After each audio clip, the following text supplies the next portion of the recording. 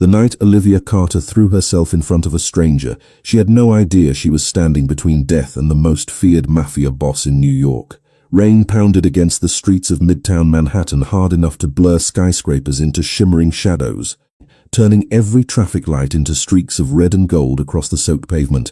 Most people hurried home with their heads lowered, hoping to outrun the storm before it became even worse. Olivia Carter didn't have that luxury. At 28 years old, she had just finished another 12-hour shift with a community health outreach program that served people most of the city preferred not to notice. Her shoulders ached from carrying medical supplies all day, and the paper cup of coffee in her hand had gone cold nearly an hour ago, but she kept drinking it anyway. Sleep could wait. There had been an elderly veteran whose blood pressure had spiked after skipping medication to save money. A single mother who refused treatment until Olivia promised someone would watch her children. A frightened teenage runaway who needed stitches more than questions. Those faces stayed with her long after every shift ended. Compassion wasn't something Olivia switched on at work. It followed her everywhere. She adjusted the strap of her worn backpack and glanced toward the pedestrian signal. 20 seconds remained before the light changed. Plenty of time.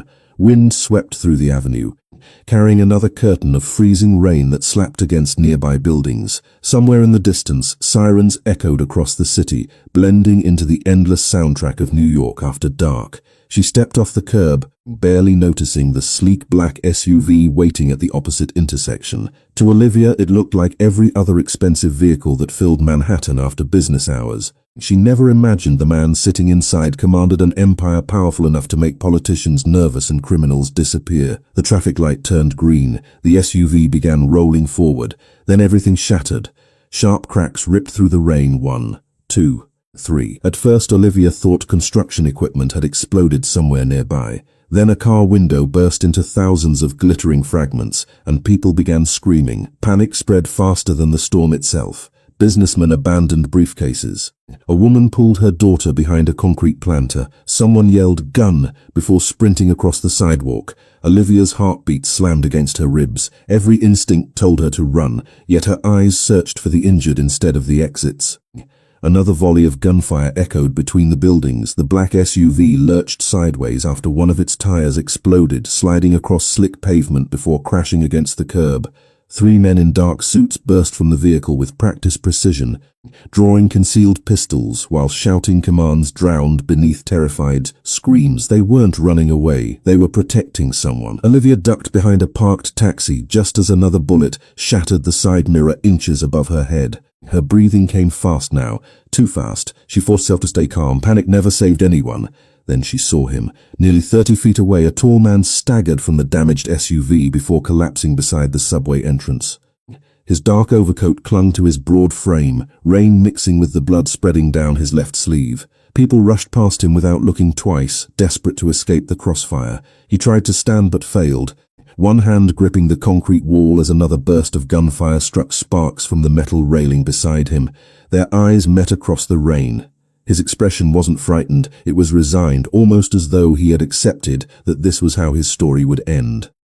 Olivia never stopped to ask who he was. She never wondered whether helping him was dangerous. She simply ran. Water splashed beneath her shoes as she crossed open ground, ignoring terrified voices yelling for everyone to get down. She reached the wounded stranger just as another shot cracked through the night. Without thinking, she threw herself against him, wrapping both arms around his shoulders and forcing his body behind one of the thick concrete support columns leading into the subway entrance. A bullet slammed into the pillar less than a second later, spraying dust across her jacket. The stranger stared at her in disbelief. "Why would you do that?" he asked quietly, his deep voice remarkably steady despite the blood soaking his coat. Olivia struggled to catch her breath while pressing trembling hands against the wound in his arm. "Because you were going to die if I didn't." For the first time since the shooting began, something unreadable crossed the stranger's face. Not fear, not relief. Recognition, as though one simple sentence had reached somewhere years of violence never could. Heavy footsteps thundered toward them. Half a dozen armed men surrounded the entrance with flawless coordination, weapons raised toward every rooftop and alley. "Boss!" one of them shouted. "We've got you!" Another man immediately knelt beside the injured stranger. "Mr. Moretti, we have to move right now." Olivia frowned. Moretti, the name meant nothing to her. Not yet. The wounded man never looked away from her. Rain dripped from his dark hair while distant police sirens grew louder with every passing second. You protected a complete stranger, he said, almost to himself. Olivia managed a tired smile. Someone had to. Before either of them could say another word, the convoy surrounded him and hurried him toward another waiting vehicle hidden farther down the block. Olivia remained beneath the subway entrance, soaked to the bone and still shaking from adrenaline, completely unaware that somewhere across the street another pair of eyes had watched every second of what had just happened. Inside a parked sedan, a man slowly lowered his camera and spoke into a phone. She wasn't supposed to survive, he said coldly. Find the woman before Luca Moretti does. By sunrise, Olivia Carter would learn that the stranger she saved wasn't simply a wounded man. He was the one name powerful people whispered only behind closed doors. Sleep never came. Every time Olivia closed her eyes, she heard gunshots echoing between the skyscrapers, saw shattered glass exploding through the rain, and felt the weight of the wounded stranger collapsing against her shoulders. She sat on the edge of her small apartment bed just before dawn, still wearing the same damp sweatshirt from the night before, a mug of untouched coffee cooling beside the window. Police sirens had faded hours ago, but the silence somehow felt louder. She kept replaying the same question. Had he survived? She didn't even know his name. A sharp knock at her apartment door shattered the quiet. Olivia glanced at the clock. 6:32 in the morning. Nobody visited that early. Her heartbeat quickened as she cautiously approached the door and peered through the peephole. Two men wearing tailored black suits stood in the hallway, their postures straight, their expressions unreadable. One appeared to be in his 40s with silver beginning to streak his dark hair.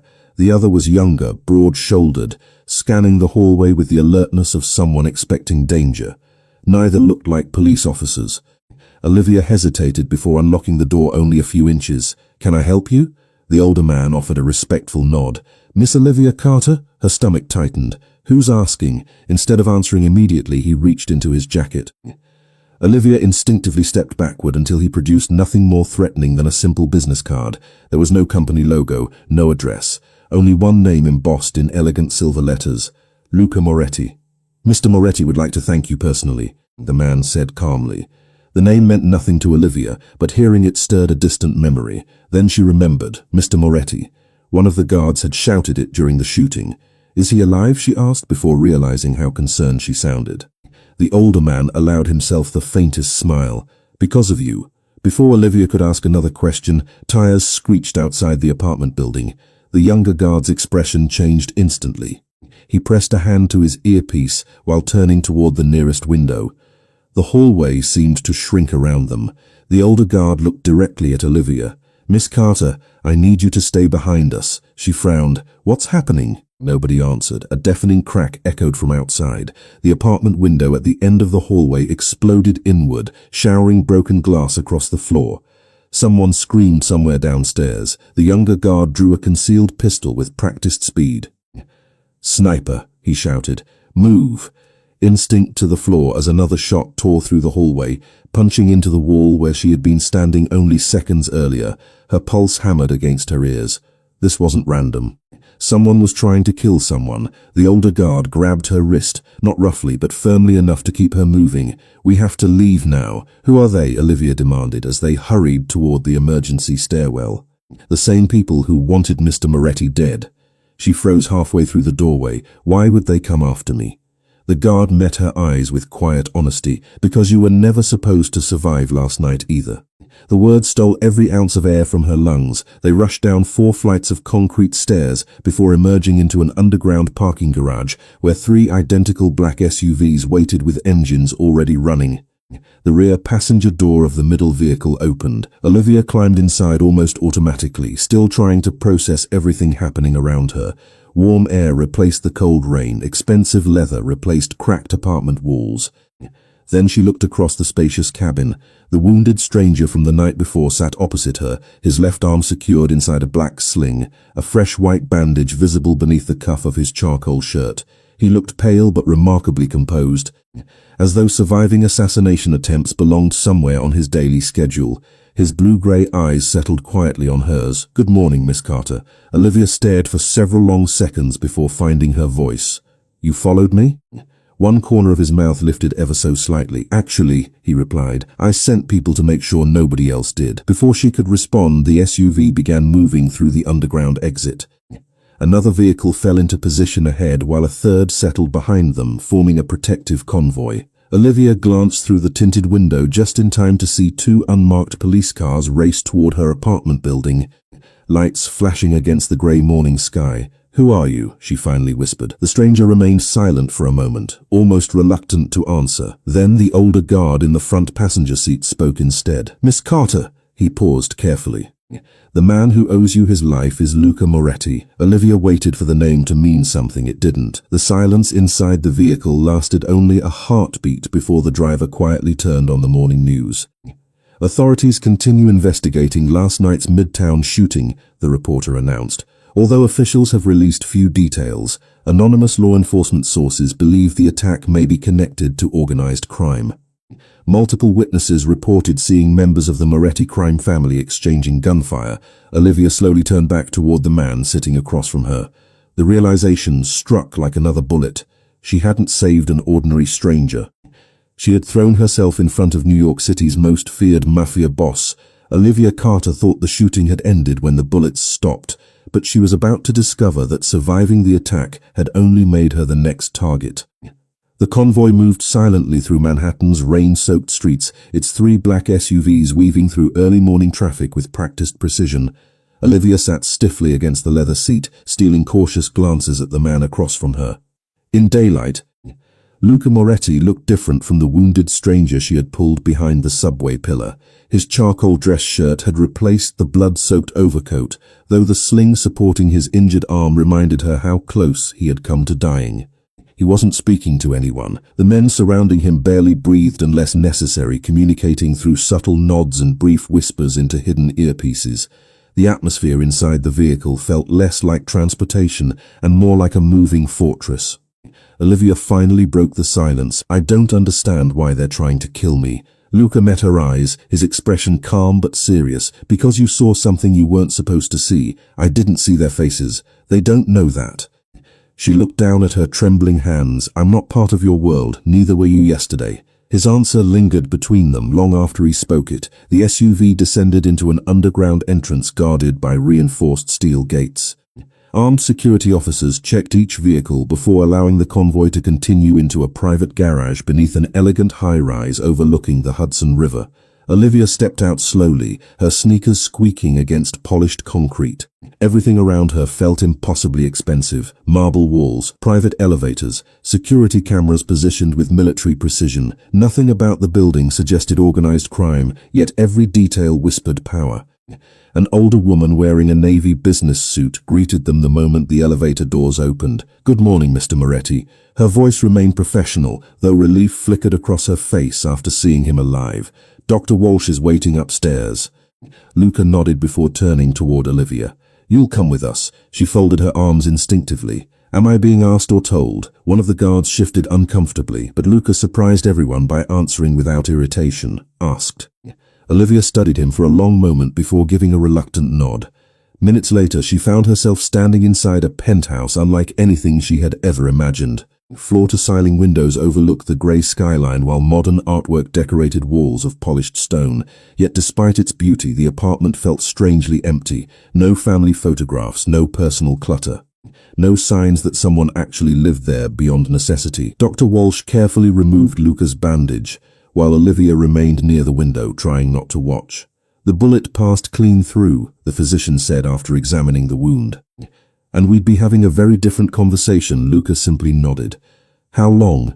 2 weeks if you behave." One of the guards quietly laughed. The doctor smiled. "Which means closer to 4.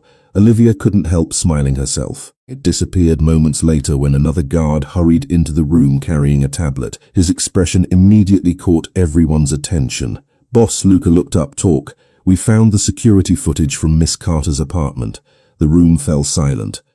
The guard placed the tablet on the table and pressed play. Grainy surveillance video showed Olivia's apartment building just minutes before the guards arrived that morning. A man wearing a maintenance uniform calmly entered through the front door, carrying a toolbox.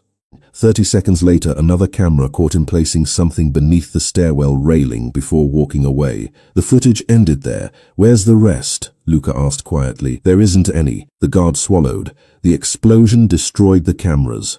Olivia felt cold. "Explosion?" Another guard answered. "The stairwell." He looked directly at her. "If you had left your apartment alone this morning," he didn't finish the sentence. He didn't have to.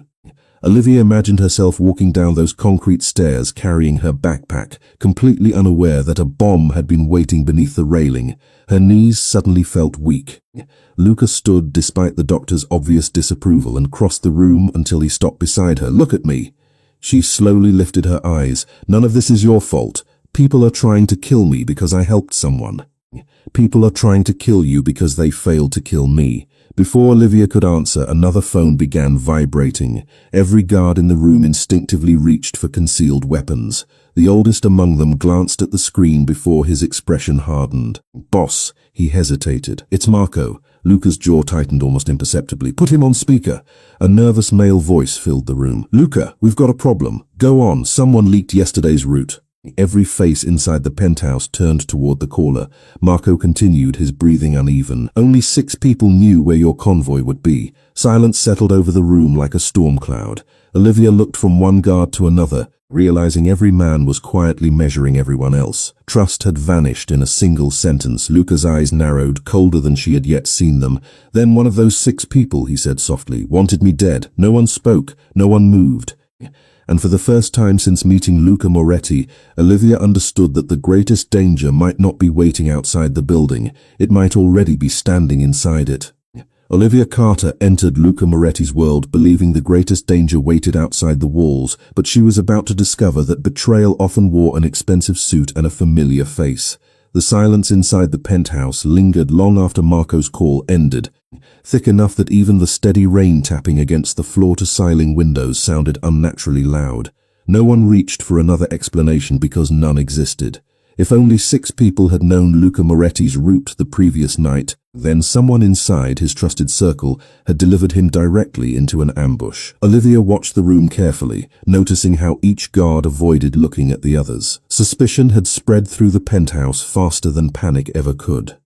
Luca remained perfectly still beside the conference table, his injured arm resting inside the sling, while his other hand slowly closed around the edge of the polished wood. His face revealed nothing, yet the subtle tightening of his jaw told Olivia everything she needed to know. He wasn't shocked, he was disappointed. "Everyone stays exactly where they are," Luca said calmly. His voice never rose, yet every person in the room immediately obeyed. "Nobody leaves this floor until we understand what happened." The older guard, whose name Olivia had learned was Matteo, stepped forward. "Boss, if there's a traitor inside the organization, keeping everyone together could make us vulnerable." Luca nodded once. "Separating everyone makes us blind." Neither had expected shouting, accusations, maybe even violence. Instead, she witnessed something far more unsettling: absolute discipline, the kind built over years of loyalty and fear. A young woman in a grey business suit entered quietly, carrying a tablet and several folders. She appeared to be in her early 30s, her blonde hair pulled neatly into a low bun. "You asked for yesterday's security report," she said, placing everything before Luca. "Emily," Luca acknowledged, closed the doors. The heavy glass doors locked automatically with a soft electronic click. Olivia couldn't help noticing that everyone seemed to trust Emily completely. She moved comfortably through the room, distributing documents while exchanging familiar nods with the guards. If there truly was a traitor, it certainly wasn't obvious. Luca opened the first file without speaking. Every page contained timestamps, vehicle movements, surveillance stills, and communication logs from the previous 24 hours. Olivia had never imagined the amount of planning required simply for one man to drive across Manhattan. Every route included backups. Every stop had alternatives. Every movement had been rehearsed. Yet someone had still known exactly where to attack.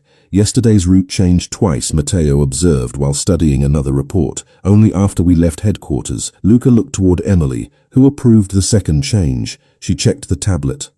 Marco transmitted the update at 6:42 p.m. "Matteo authorized Marco." Emily hesitated for the first time.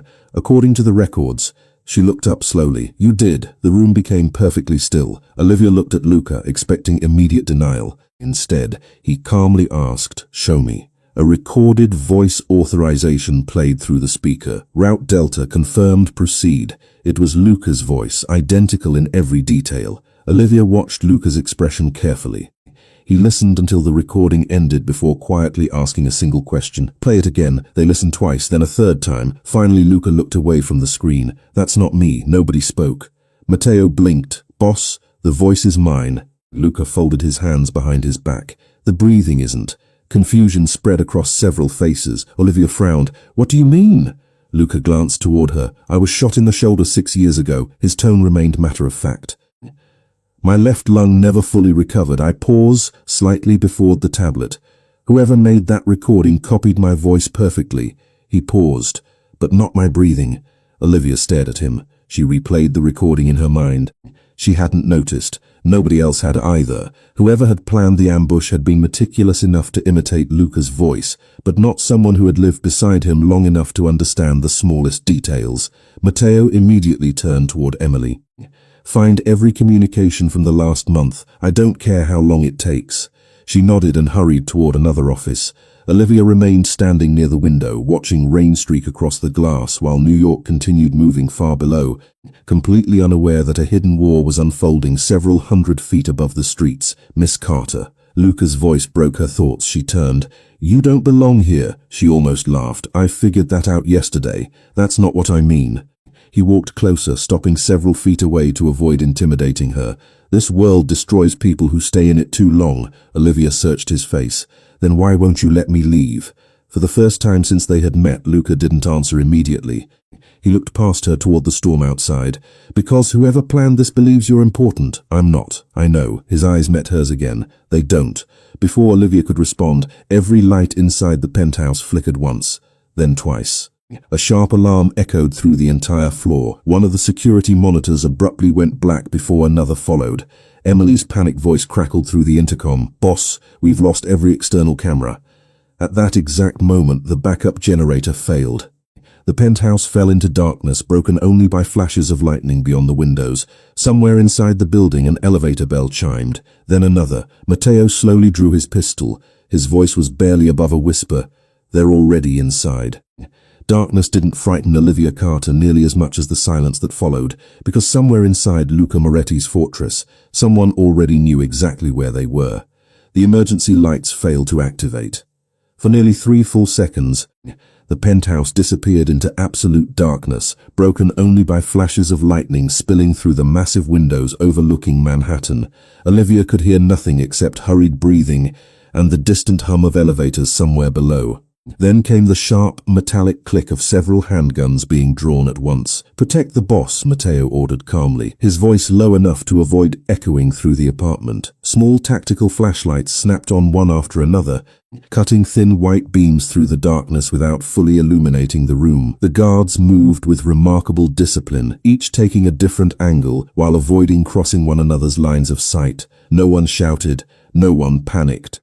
Olivia had never seen people prepare for violence with such terrifying precision. Before she could process what was happening, Luca stepped closer and gently guided her behind a thick marble support column. Stay here, he said quietly. Olivia looked up at him in disbelief. What about you? A faint smile touched his face despite the situation. I'm harder to kill than I look, she almost argued, but another sound interrupted them. Ding. One of the private elevators had reached the penthouse floor. Every flashlight immediately shifted toward the polished steel doors. Nobody even seemed to breathe. The elevator doors slid open with a soft mechanical whisper. Empty. Matteo slowly approached, keeping his weapon raised while another guard covered the hallway. Inside the elevator rested nothing except a black leather briefcase positioned neatly in the center of the floor. Don't touch it, Luca said immediately. Matteo stopped. Another guard produced a compact inspection mirror from his jacket and cautiously examined the underside of the case without making contact. No visible wires, he whispered. That doesn't mean it's safe. Luca nodded once. Bring the robot. Olivia blinked. One of the younger guards allowed himself the smallest grin. Mr. Moretti believes in expensive insurance. Within moments, a small tracked inspection robot rolled from a nearby security closet, images, onto a handheld monitor. Olivia watched in fascination as it approached the briefcase inch by inch. The lid suddenly clicked open on its own. Every guard instinctively tightened their grip on their weapons. Instead of explosives, however, the case contained a single crystal chess piece, a white king. Beneath it lay a folded envelope sealed with black wax. Matteo carefully used the robot's mechanical arm to retrieve the letter before carrying it back across the room. Luca opened the envelope himself. Inside was a single sheet of thick, cream-colored paper. 5 words had been typed in perfect black ink. "Check your queen is next." Olivia felt a chill run down her spine. "What does that mean?" Luca folded the paper slowly. "It means whoever planned yesterday's attack wants me to know this has become a game." Matteo's expression darkened. "Should we move Miss Carter?" Luca looked toward Olivia instead of answering. She expected fear in his eyes after reading the threat. Instead, she found something else: regret. Before he could speak, the apartment lights flickered back to life. Monitors along the security wall rebooted one after another, displaying live camera feeds from outside the building. Emily hurried back into the room carrying another tablet, slightly out of breath. "Power's restored. We found the problem." She placed the device on the conference table. Someone remotely disabled the backup generator. Matteo frowned. "From outside?" Emily slowly shook her head. "No." She enlarged the building access logs. "The command came from inside our own network." Silence settled over the room once more. Olivia didn't need anyone to explain what that meant. Whoever had infiltrated Luca's organization wasn't merely leaking information anymore. They had complete access to the building itself. Emily opened another screen showing dozens of employee identification records. "There are 63 people with authorized access to this tower." Matteo immediately replied, "Reduce it to everyone with generator clearance." Emily typed quickly. The list dropped to 11 names, then to 7. Finally, 4. Olivia leaned forward without realizing it. 4 photographs appeared side by side across the screen: Marco, Emily, Matteo, and one man Olivia had never seen before: Director of Security Daniel Ross. Nobody spoke for several long seconds. Luca studied every photograph with unreadable eyes before quietly asking, "Where is Daniel?" Emily's fingers froze above the keyboard. She swallowed. "He never checked in this morning." Matteo was already speaking into his radio. "Lock every exit. Find him." Guards disappeared from the penthouse almost instantly. Olivia watched the room empty until only she, Luca, Emily, and Matteo remained. The silence felt different now, heavier, more personal. She looked at Luca. "Do you trust any of them?" His answer came without hesitation. "I trust who they were yesterday," toward Daniel Ross's photograph glowing on the monitor. Today, his voice became almost inaudible. "I'm no longer certain." At that exact moment, another notification appeared on Emily's tablet.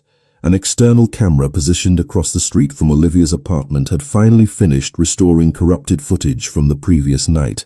Emily opened the video automatically. The timestamp showed 23 minutes before the shooting. A black sedan pulled quietly into an alley across from the intersection. The driver's door opened. A man stepped out. Even through the grainy footage, Olivia immediately recognized the tailored suit: Marco. The room fell deathly silent as the video continued playing. The first betrayal Olivia Carter believed she had uncovered turned out to be exactly what the real traitor wanted everyone to see. Nobody spoke as the security footage continued playing across the massive monitor. Rain blurred the image, but the man stepping out of the black sedan wore the unmistakable face of Marco, one of Luca Moretti's most trusted advisors. Olivia instinctively looked toward Luca, disbelief, anything that might betray what he was thinking. Instead, his expression remained unnervingly calm. Matteo was the first to break the silence. "Boss, this footage was recorded 23 minutes before the attack." Luca didn't answer immediately. His blue-gray eyes stayed fixed on the screen until the recording reached its end. Marco disappeared into the alley, a small duffel bag, before the camera lost sight of him completely. Emily swallowed nervously. "Should I alert the field teams?" Luca finally spoke. "No." The single word surprised everyone in the room. Matteo frowned. "Boss, if Marco met the attackers, did you see him meet anyone?" Luca interrupted quietly. Matteo hesitated. "No." "Did you see him carrying a weapon?" "No." "Did you see him communicate with anyone?" Again, Matteo shook his head. Luca folded his arms carefully, mindful of the injury in his shoulder. "Then what we have isn't evidence." He looked around the room, making eye contact with each person. "It's a photograph placed inside a story someone else wants us to believe." Olivia watched the guards exchange uncertain glances. She realized something important in that moment. Luca wasn't simply protecting Marco. He was protecting the truth. There was a difference. Emily enlarged another section of the recording. "Wait." Everyone leaned closer. Near the edge of the frame, barely visible through the rain, another figure crossed the mouth of the alley. The person wore a dark baseball cap pulled low and carried a maintenance toolbox identical to the one seen outside Olivia's apartment earlier that morning. Before anyone could identify the face, the video distorted into digital static. "Freeze it," Luca ordered. Emily tried several times, but the damaged file refused to recover additional detail. Matteo exhaled sharply. "Someone corrupted the footage before we found it." Olivia stared at the frozen image. Something about the maintenance worker felt strangely familiar. Not the face, the posture. The way the person favored the right leg while walking, as though hiding an old injury. She frowned, and searching that walk before, every head turned toward her. Luca stepped closer. "Where?" Olivia closed her eyes, replaying the previous morning in her mind, her apartment hallway, the two guards arriving, the sniper shot, then the building maintenance records posted beside the elevator. A man had been replacing ceiling lights 2 days earlier. He had limped exactly the same way. Her eyes snapped open. Matteo immediately grabbed his radio. "Send a team." Luca raised one finger, quietly. Matteo nodded and relayed the instruction. 20 minutes later, the first report came back. The building superintendent had never hired anyone to replace lights that week. The maintenance uniform had been fake. Even worse, security cameras showed the same man entering the building 3 separate times over the previous month. Always wearing a different company logo, Olivia felt a knot tighten in her stomach. "He was watching me before the shooting." Luca looked toward the rain beyond the windows. "No." His answer was calm but unsettling. He was waiting. Before Olivia could ask what he meant, another phone vibrated across the conference table. Emily answered this one. Her face lost all color within seconds. "Boss." She slowly lowered the phone. "Our team searched Daniel Ross's apartment." Matteo's jaw tightened. And Emily swallowed. "It's empty." "Empty?" "Completely." She opened another file on the tablet. "Neighbors say he moved out 3 days ago." Silence settled over the room again. 3 days before the ambush, before the sniper. Before the bomb beneath Olivia's apartment stairs. Daniel Ross hadn't disappeared after the attack. He had vanished before it ever happened. Matteo cursed under his breath. "We've been chasing the wrong man." Luca remained motionless. But Olivia noticed his gaze drift back toward the fake maintenance surveillance worker, toward the toolbox. "No," Luca said quietly. "Daniel isn't the traitor." Matteo stared at him. "Then why run?" Luca's eyes narrowed ever so slightly. "Because someone wanted us to find an empty apartment." Olivia felt another chill. The realization struck her almost instantly. "It's another distraction." Luca nodded once. "Exactly." Emily looked confused. "Then what are we missing?" Luca walked to the monitor and pointed at the maintenance worker, but at the timestamp in the corner of the screen. "Look at the time." Olivia leaned closer. 23 minutes before the shooting. Luca continued. "My convoy didn't change routes until 18 minutes before the shooting." The room fell completely silent. Matteo's eyes widened first, then Emily's. Finally, Olivia understood. Whoever appeared in that alley 23 minutes earlier couldn't have known where Luca's convoy would pass, unless the route had been decided long before anyone believed it had. Someone wasn't simply leaking information. Someone was creating the decisions themselves. Luca slowly turned away from the screen, his voice barely above a whisper. "We've been looking for the messenger." His gaze hardened as it settled on the city skyline beyond the glass. "The person we're really hunting is the one writing the message." The answer Olivia Carter had been searching for wasn't hidden inside a secret file or a surveillance video. It was buried in the only memory Luca Moretti had spent 6 years trying to forget. Rain finally gave way to a cold grey afternoon, leaving Manhattan wrapped beneath heavy clouds that seemed unwilling to let the sun return. Inside the penthouse, the atmosphere remained tense, but the frantic urgency of the morning had settled into something quieter and far more dangerous. Every conversation had become measured. Every glance carried suspicion. Every phone call was verified twice before anyone answered.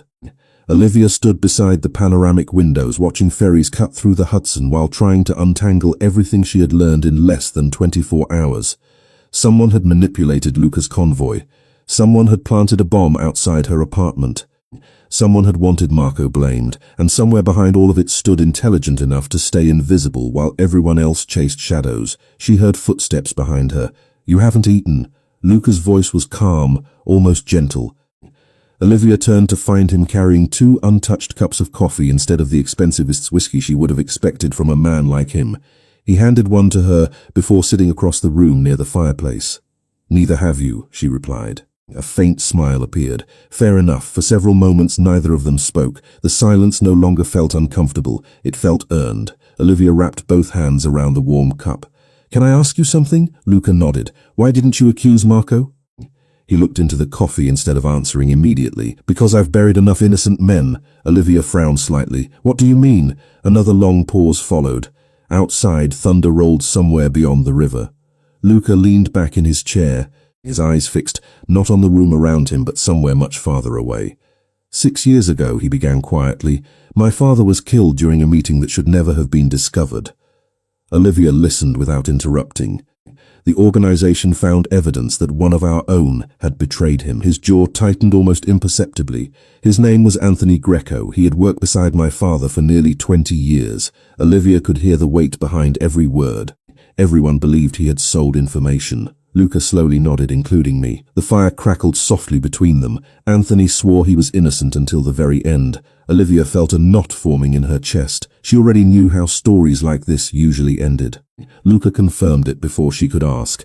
I gave the order. The room fell silent. 3 weeks later, he stopped, taking a slow breath before continuing. We discovered the real traitor had fabricated every piece of evidence. Olivia lowered her eyes. Anthony wasn't guilty. No. Another silence settled over the room, broken only by rainwater dripping from the balcony outside. His wife never forgave me. Luca's voice had become almost a whisper. Neither did his daughter. Olivia stared at the man sitting opposite her. The newspapers called him ruthless. Politicians called him dangerous. Rivals called him merciless. Yet none of those descriptions matched the quiet regret sitting only a few feet away. That's why you won't judge Marco without proof, she said softly. Luca met her eyes. One mistake like that is enough for an entire lifetime. Before Olivia could respond, Emily hurried into the room carrying an old cardboard archive box covered with dust. Boss, she looked slightly out of breath. We found something in the basement records. Matteo entered behind her and placed the box on the coffee table. Inside were dozens of paper files dating back more than 10 years, long before digital records had replaced handwritten reports. Emily carefully removed a faded personnel folder. This belonged to Anthony Greco. Luca stared at the name without touching it. Why now? Emily opened the folder and unfolded a yellowed incident report. Because someone accessed these archives yesterday morning. Matteo frowned. Yesterday? Emily nodded. Whoever came here wasn't looking for money. She turned another page. They were looking for this file. Olivia leaned closer. Several pages had already been removed long before anyone found the folder. Only one remained, a faded group photograph taken nearly 7 years earlier. 12 men stood together outside an old warehouse after completing what appeared to be a charity food distribution event. Anthony Greco smiled near the center. Luca, much younger, stood beside his father. Olivia's eyes drifted across the remaining faces until one man near the far edge of the picture caught her attention. She froze. Wait! Everyone looked toward her. She pointed at the photograph with a trembling finger. I've seen him before. Matteo leaned closer. Who? Olivia's pulse quickened. The room became deathly still. She pointed directly at a smiling man standing behind Anthony Greco. That's him. Emily quickly checked the personnel list attached to the back of the photograph. Her face slowly drained of color. His name was Daniel Ross. Nobody spoke. Luca reached for the old photograph with his uninjured hand, studying the smiling faces frozen in time. Daniel Ross hadn't infiltrated the organization recently. He had already been standing beside them the day Anthony Greco was condemned. And if Daniel had been there from the beginning, then the conspiracy surrounding Luca Moretti had never started with last week's shooting. It had begun 6 years earlier, the very day an innocent man died because the wrong person had been trusted. The moment Olivia Carter finally believed she understood the truth, someone handed her proof that Luca Moretti had been lying from the very beginning. The old photograph remained on the conference table long after everyone stopped talking, its faded edges curling beneath the soft glow of the penthouse lights, while the smiling faces frozen 7 years earlier suddenly carried far more weight than anyone could have imagined. Olivia couldn't take her eyes off Daniel Ross. In the photograph, he looked younger, almost ordinary, standing only a few feet behind Anthony Greco with one hand resting casually inside his coat pocket. Nothing about him suggested betrayal. Nothing hinted that he would one day become the center of a conspiracy stretching across years. Matteo quietly ordered every archived record connected to Daniel Ross and Anthony Greco to be brought upstairs, while Emily disappeared into the security office to recover additional personnel files. The penthouse became unusually quiet again. Luca stood alone beside the windows overlooking the Hudson, his reflection barely visible against the grey afternoon sky. Olivia watched him for several seconds before walking over. "You're blaming yourself again," she said softly. Luca didn't deny it. "I should have questioned more. You only acted on what you believed was true." He gave a faint, humorless smile. "History doesn't remember intentions." Before Olivia could answer, Emily hurried back into the room carrying another folder, this one sealed with a faded red security label. "Boss, this wasn't in the digital archive." She carefully placed the folder on the table.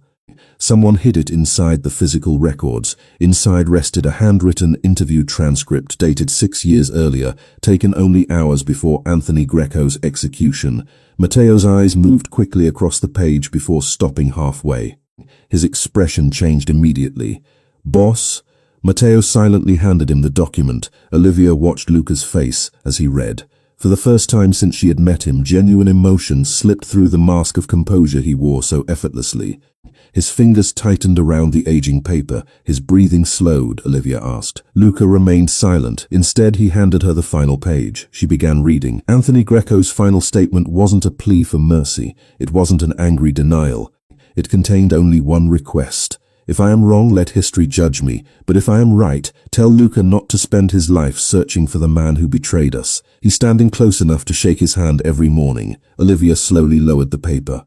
The words sent a chill through the entire room. Matteo looked toward Luca. Anthony knew. Luca nodded once. He always knew. Emily frowned. "Then why didn't he name the traitor?" Luca stared at the photograph again, because he didn't know which face it was. Silence followed. Olivia looked from the statement to the old group photograph. 12 men, 1 traitor. Anthony had died knowing someone close to Luca had orchestrated everything but never discovering exactly who. Suddenly, another notification appeared across Emily's tablet. "Boss." She answered immediately before turning pale. "One of our teams found Daniel Ross." Matteo stepped forward. "Alive?" Emily slowly shook her head. "No." The room froze. His car was discovered abandoned near Pier 39. Emily swallowed hard. "There's blood inside." Matteo reached for his radio. "Was the body recovered?" Emily looked down again. "That's the problem." "What problem? There isn't one." Olivia frowned. "What do you mean?" Emily met everyone's eyes. "There's blood," she whispered, "but no body." Luca remained strangely calm, almost too calm. Olivia noticed it immediately. "You expected this." He looked at her without answering. She stepped closer. "Didn't you?" Finally, Luca spoke. "Daniel isn't running." Matteo stared. "Boss?" "Someone eliminated him." Emily looked confused. "But if Daniel's dead," Luca finished the sentence quietly, "then the man we've been chasing was never the mastermind." The realization settled heavily over the room. Daniel Ross had become exactly what Marco almost became. A convenient suspect, a dead end carefully prepared for anyone investigating the conspiracy. Olivia suddenly remembered something from Anthony Greco's final statement. Standing close enough to shake his hand every morning. Her thoughts raced. Daniel had worked security. Marco managed logistics. Emily oversaw administration. Matteo commanded protection teams. All of them stood beside Luca every day. Yet Anthony's words suggested something even more unsettling. The real architect didn't need to hide outside the organization. He needed to remain trusted long enough that nobody would ever imagine questioning him. Before anyone could speak again, another encrypted phone buzzed on the conference table. Matteo answered instinctively before handing it directly to Luca. "It's anonymous." Luca accepted the call without hesitation. No one else could hear the voice on the other end, but everyone watched his expression carefully. It never changed. He listened for nearly 30 seconds before quietly asking only one question. "Why are you telling me this now?" the caller answered. Luca's eyes shifted toward Olivia. Then the line went dead. Matteo immediately asked, "Boss?" Luca slowly placed the phone back onto the table. "Someone who wants Olivia alive." Olivia blinked in confusion. "Why?" Luca looked directly into her eyes, his voice lower than ever before. "Because according to whoever just called," he paused, "you're the only person left who can recognize the real traitor when you finally see him." The truth Olivia Carter had been chasing wasn't waiting inside another secret file. It was hidden inside a memory she hadn't realized she still carried.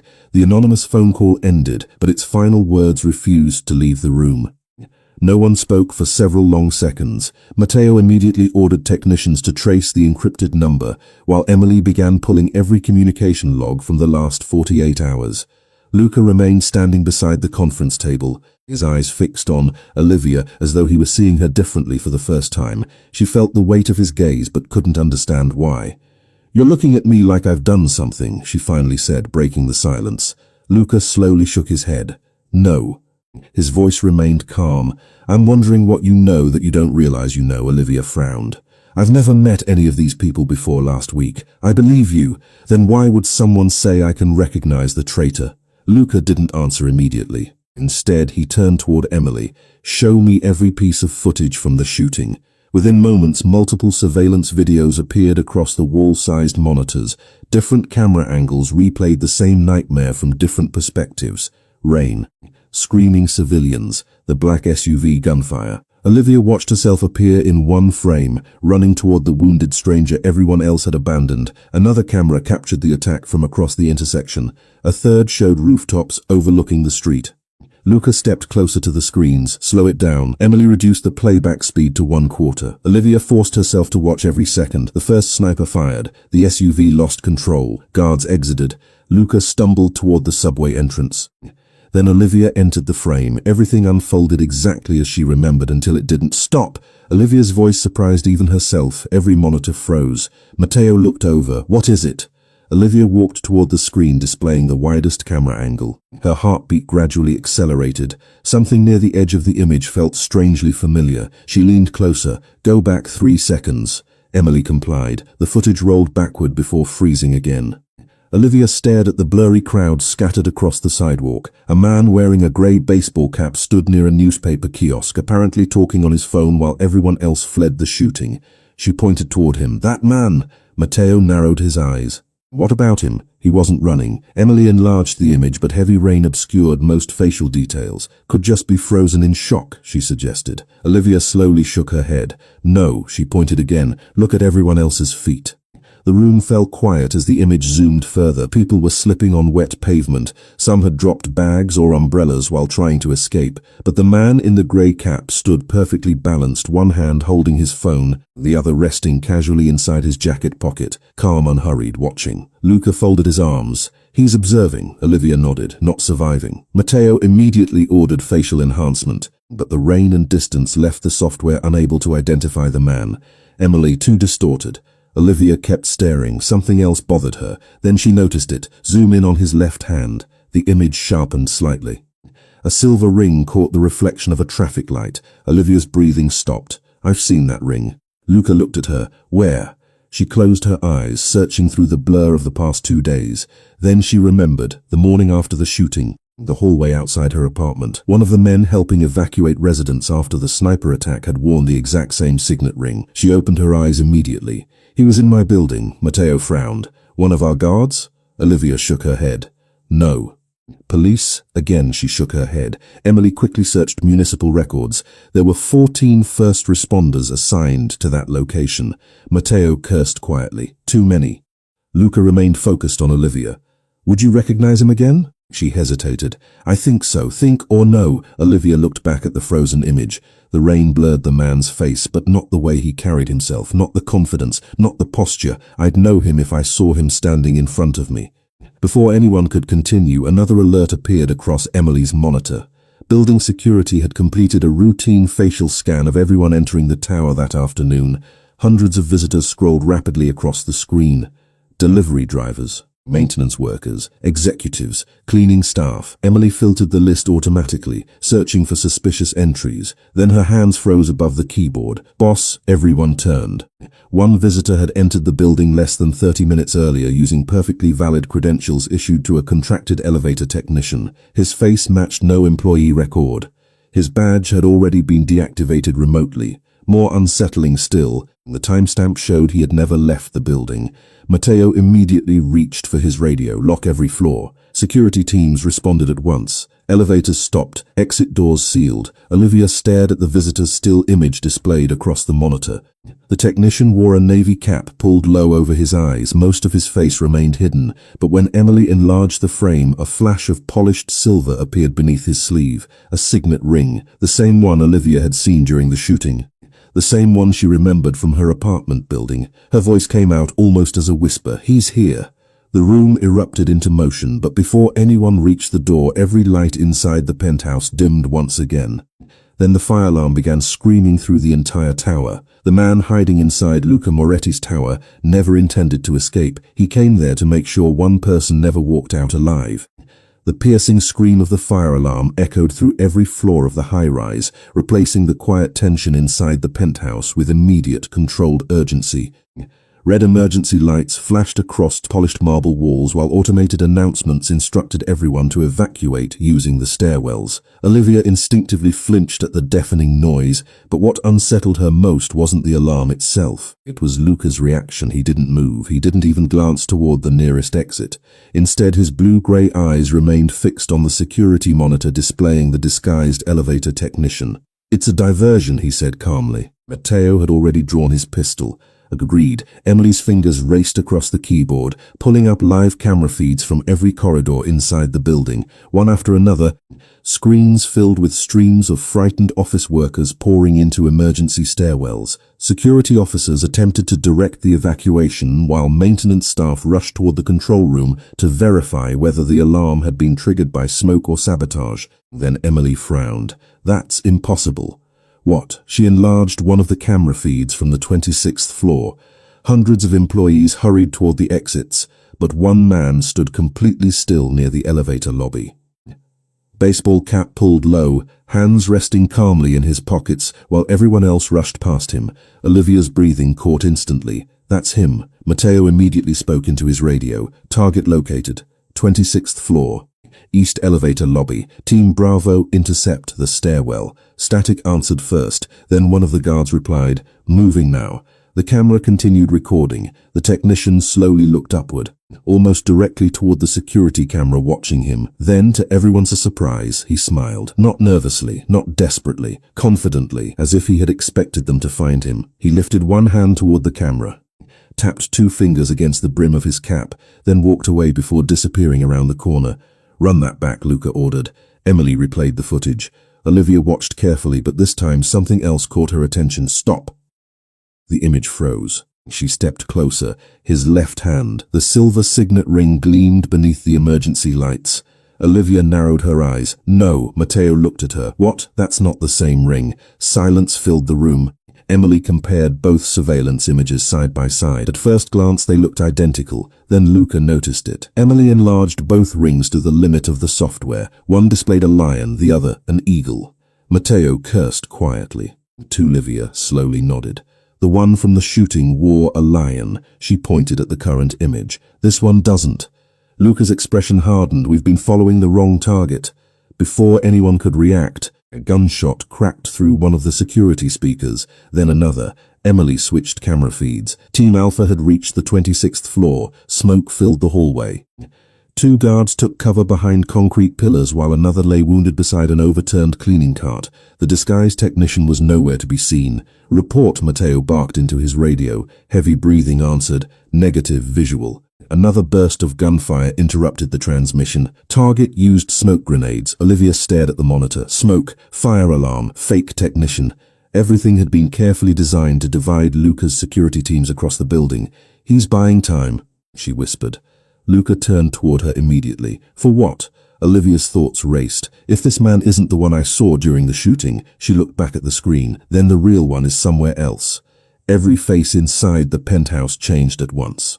"Boss," his voice became urgent. "This entire attack is a distraction." Luca was already moving toward the security wall. "Emily?" "Yes?" "Show me every camera covering this floor." Dozens of feeds appeared simultaneously. Hallways, private conference rooms, Service entrances, nothing looked unusual. Then one small camera positioned outside the private archive room flickered. Just once, Emily froze the frame. A figure dressed as another security office door before the feed abruptly cut to black. Olivia's pulse accelerated. The archives. Luca nodded slowly. Anthony Greco's files. Matteo immediately grabbed his radio again. Archive room. Move. But no answer came.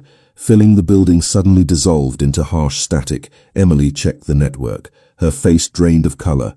Boss, she looked up. Every internal radio frequency has been jammed. The penthouse fell silent except for the relentless fire alarm echoing through the tower. Luca reached into a hidden compartment beneath the conference table and removed a compact pistol, checking it with calm, practiced movements before sliding it into the back of his waistband. Then he looked at Olivia. She met his eyes without hesitation. No, Matteo immediately objected. Miss Carter, if whoever's in that archive room is looking for the same files we've been chasing, Olivia interrupted. Then they already know something we don't. Luca studied her for several long seconds. Finally, he gave the smallest nod. Stay behind me. Olivia answered with a quiet nod of her own. Together they stepped into the empty hallway where flashing red emergency lights painted long shadows across polished marble floors. Somewhere deeper inside the building, another single gunshot echoed through the silence. Then came a sound far more unsettling, a slow clap.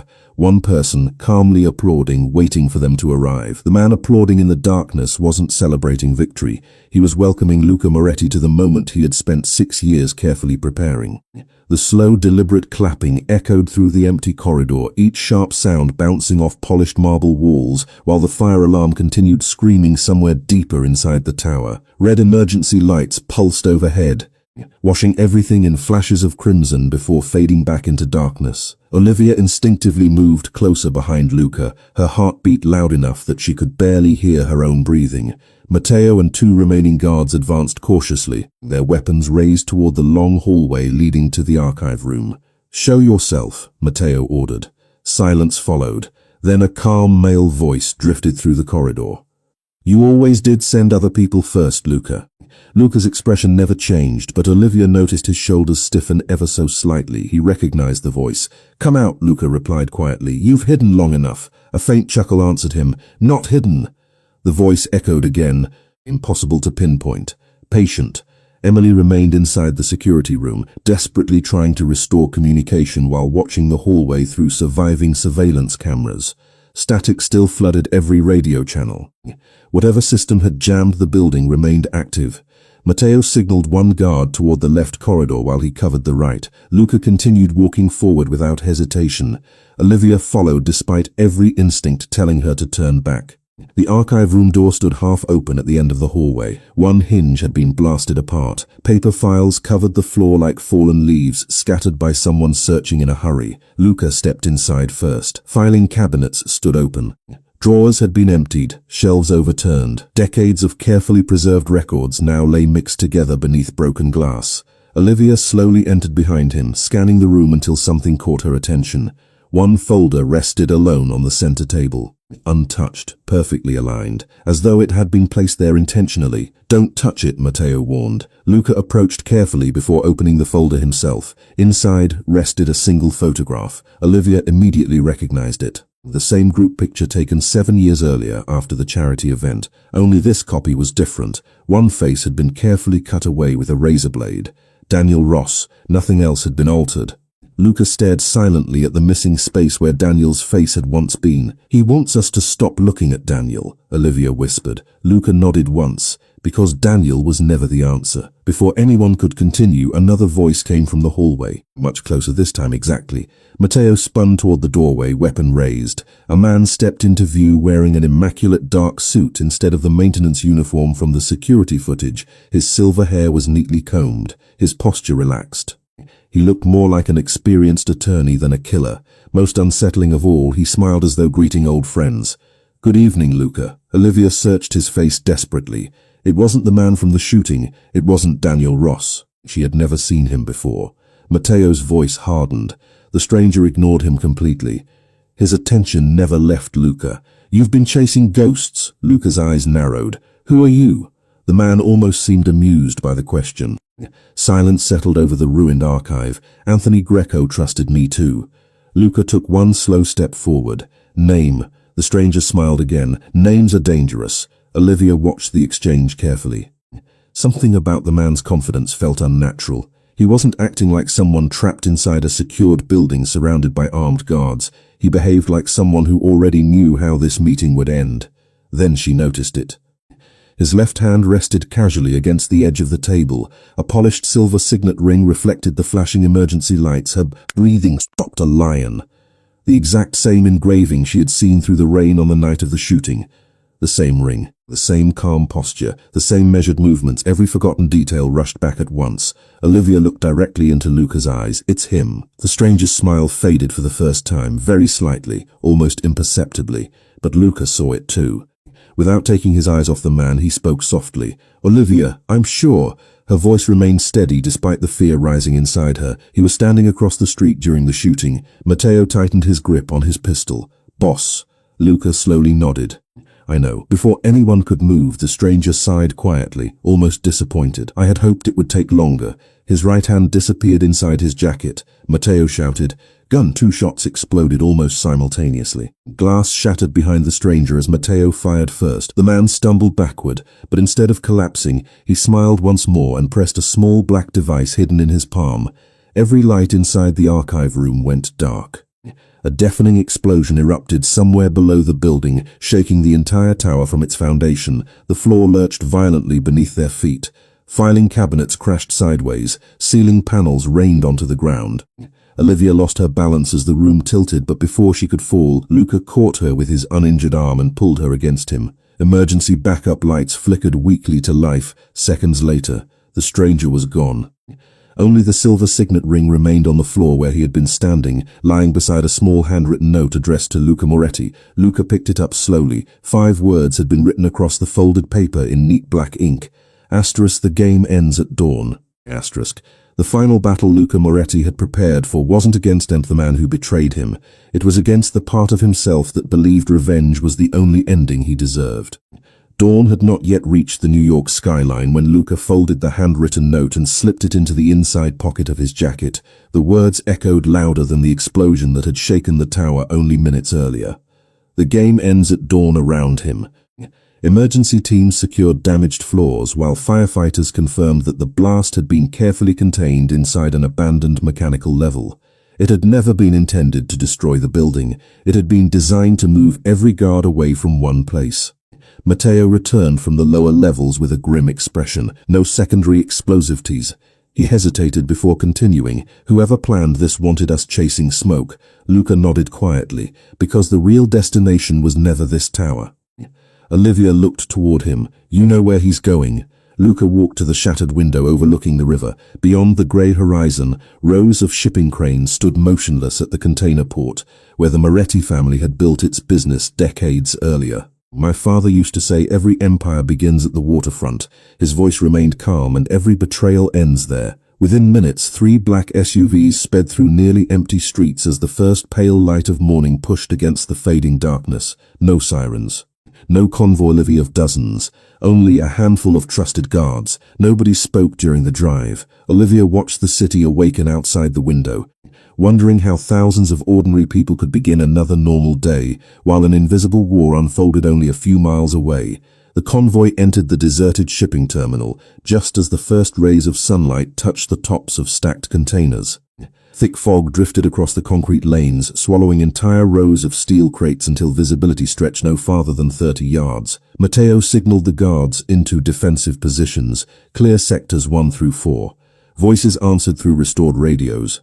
Sector 1 clear, Sector 2 clear, then silence. A single slow clap echoed across the empty terminal. Luca didn't flinch. You always liked dramatic entrances, he called into the fog. The silver-haired man stepped from between 2 towering containers, dressed exactly as before, immaculate, despite the explosion he had escaped. This time he carried no weapon, only an old leather folder beneath one arm. Good morning, Luca's smile was smaller now, tired. You've spent 6 years searching for the wrong answer. Luca remained perfectly still. Then give me the right one. The man placed the leather folder on a nearby crate before slowly stepping backward. Anthony Greco didn't die because of me, Olivia frowned. You're lying. He shook his head. I manipulated the evidence. But I never gave the execution order. Silence followed. Luca never looked away. I did, exactly. The stranger's voice softened. That has been your prison ever since. Olivia watched Luca carefully. She could see the conflict behind his steady expression. Anger, regret, guilt, all colliding beneath years of disciplined control. The stranger nudged the leather folder forward with one foot. Everything is inside: financial records, communication logs, the names of every politician and businessman who financed the conspiracy. Matteo cautiously retrieved the folder and handed it to Luca. Every document appeared authentic, every signature matched archived records. Why now? Luca asked. The man's smile disappeared completely. Because I'm dying. He slowly rolled back his sleeve, revealing an intravenous catheter taped to his forearm beneath the cuff. Cancer doesn't negotiate. Olivia's heartbeat slowed. Nothing about this ending matched what she had expected. Then why start any of this? She asked. The man looked toward the harbor. Because powerful men convinced themselves that peace would destroy profit. His eyes returned to Luca. Your father refused to play their game. Another long silence settled between them. Finally, the stranger reached inside his coat. Matteo instantly raised his weapon. Don't, but instead of a gun. The man removed a silver signet ring engraved with the lion Olivia recognized immediately. He placed it gently beside the leather folder. This symbol created enough ghosts. He looked directly at Luca. Don't create another. Before anyone could stop him, he stepped backward toward the edge of the concrete pier. The tide crashed quietly against the support columns below. Luca took one step forward. Don't do this, the stranger smiled sadly. You've already made the only decision that matters. He glanced toward Olivia. She saved your life twice. Luca frowned. The first time, the man said softly. She stopped a bullet. His gaze settled on Luca one last time. Today, he looked down at the ring lying on the crate. She stopped your revenge. Without another word, he turned and disappeared into the thick morning fog stretching over the river. Matteo ordered every guard forward, but by the time they reached the pier, the man had vanished completely. No body, no boat, no footprints. Only calm water beneath the rising sun. Olivia quietly walked beside Luca, who still held the leather folder without opening it. You could have chased him, she whispered. Luca looked at the brightening skyline before answering. No, his voice carried a peace she had never heard before. I finally chose to stop letting the past decide who I become. Behind them, sunlight broke through the clouds for the first time in days, illuminating the harbor where 6 years of betrayal had finally come to an end. The greatest gift Olivia Carter ever gave Luca Moretti was never saving his life. It was giving him a reason to believe his soul could still be saved. 3 months passed before New York finally felt ordinary again. Autumn replaced the endless storms that had shadowed the city, painting Central Park in shades of amber and gold while morning sunlight filtered gently through rows of aging maple trees. Headlines that had once speculated about explosions, organized crime, and mysterious disappearances slowly faded beneath newer stories. Investigations continued behind closed doors, but for the first time in years, Luca Moretti no longer woke expecting another betrayal before sunrise. The leather folder left behind at the harbor had changed everything. Every document inside had been authentic. Hidden financial networks collapsed. Corrupt officials quietly resigned before arrests could follow. Several criminal organizations that had secretly financed years of violence disappeared almost overnight as federal investigations spread across multiple states. Yet none of those victories brought Luca the peace he had expected. Peace arrived somewhere much quieter. It arrived one ordinary Tuesday morning when he walked through the front doors of the same community health clinic where Olivia Carter had worked long before their lives collided beneath gunfire. Nothing about the building impressed anyone passing outside. The paint along the entrance had begun to fade. The waiting room furniture had clearly been repaired more than replaced. Children's drawings covered one hallway, while volunteers prepared boxes of donated food near the reception desk. Olivia looked up from a stack of patient files and smiled the moment she saw him. You're early. Luca glanced at his watch. By 4 minutes, she laughed softly. I'm rubbing off on you. Months earlier, he would never have imagined waiting patiently on a wooden chair inside a neighborhood clinic, simply to drive someone home after work. Yet somehow those quiet routines had become more valuable than every luxury his former life could purchase. Power had once measured itself through influence, wealth, and fear. Now it measured itself by something much smaller. The ability to enjoy an ordinary afternoon without listening for gunfire. Olivia finished speaking with her last patient before joining him outside.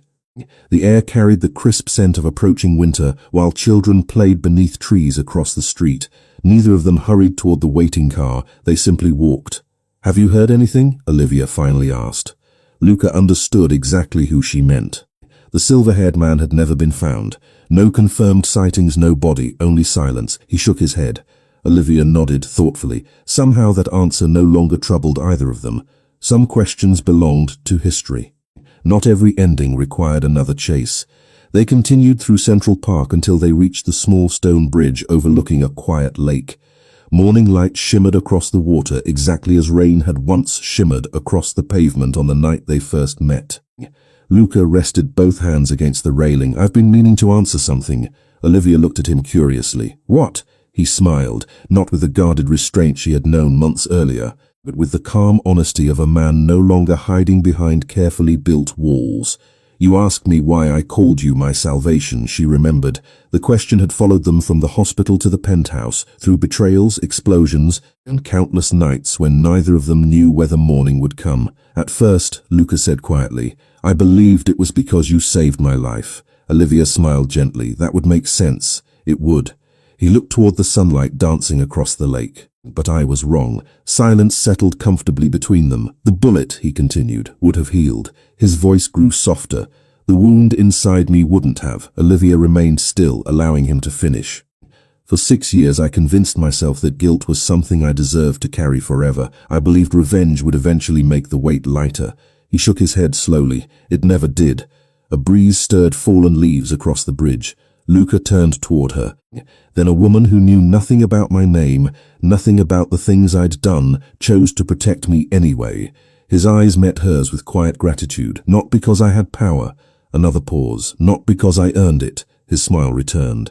"Simply because you saw another human being who needed help." Olivia felt tears gathering despite her efforts to hide them. Luca reached gently for her hand. "That was the moment I realized there might still be a version of myself worth saving."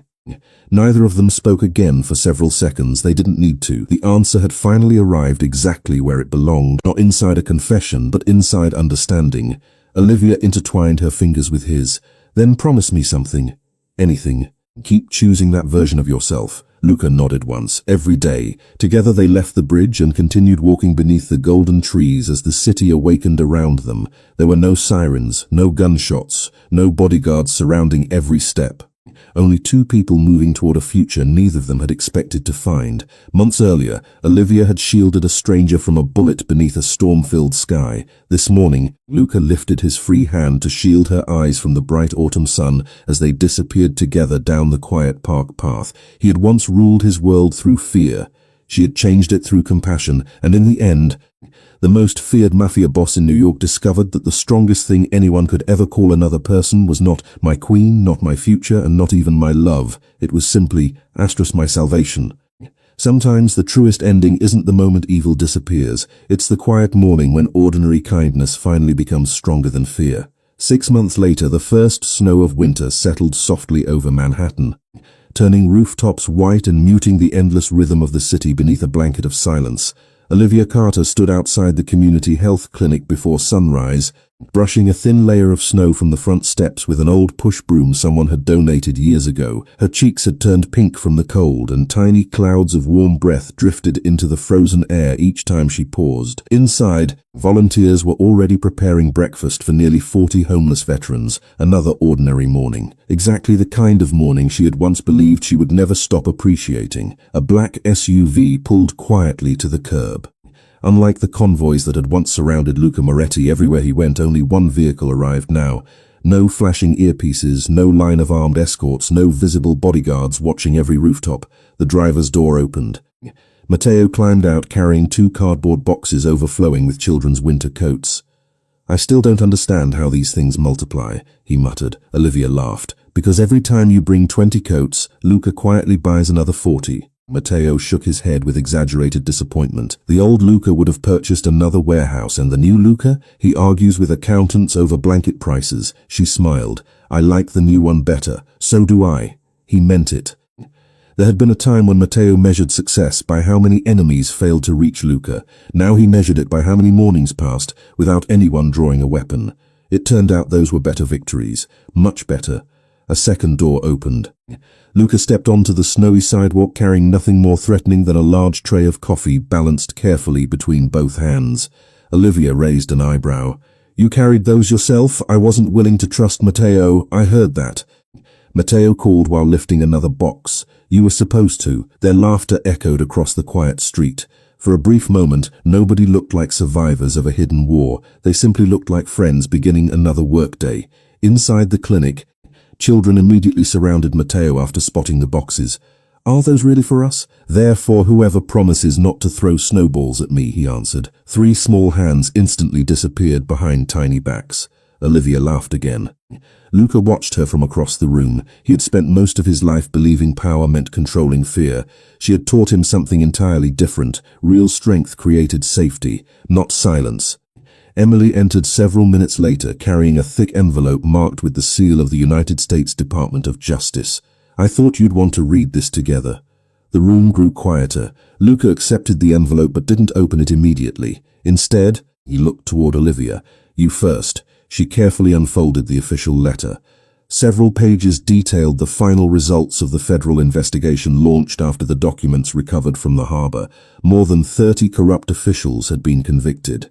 Illegal financial networks worth hundreds of millions of dollars had been dismantled. Dozens of victims' families had finally received answers that had been buried for years. Near the final paragraph, Olivia stopped reading. "What is it?" Emily asked softly.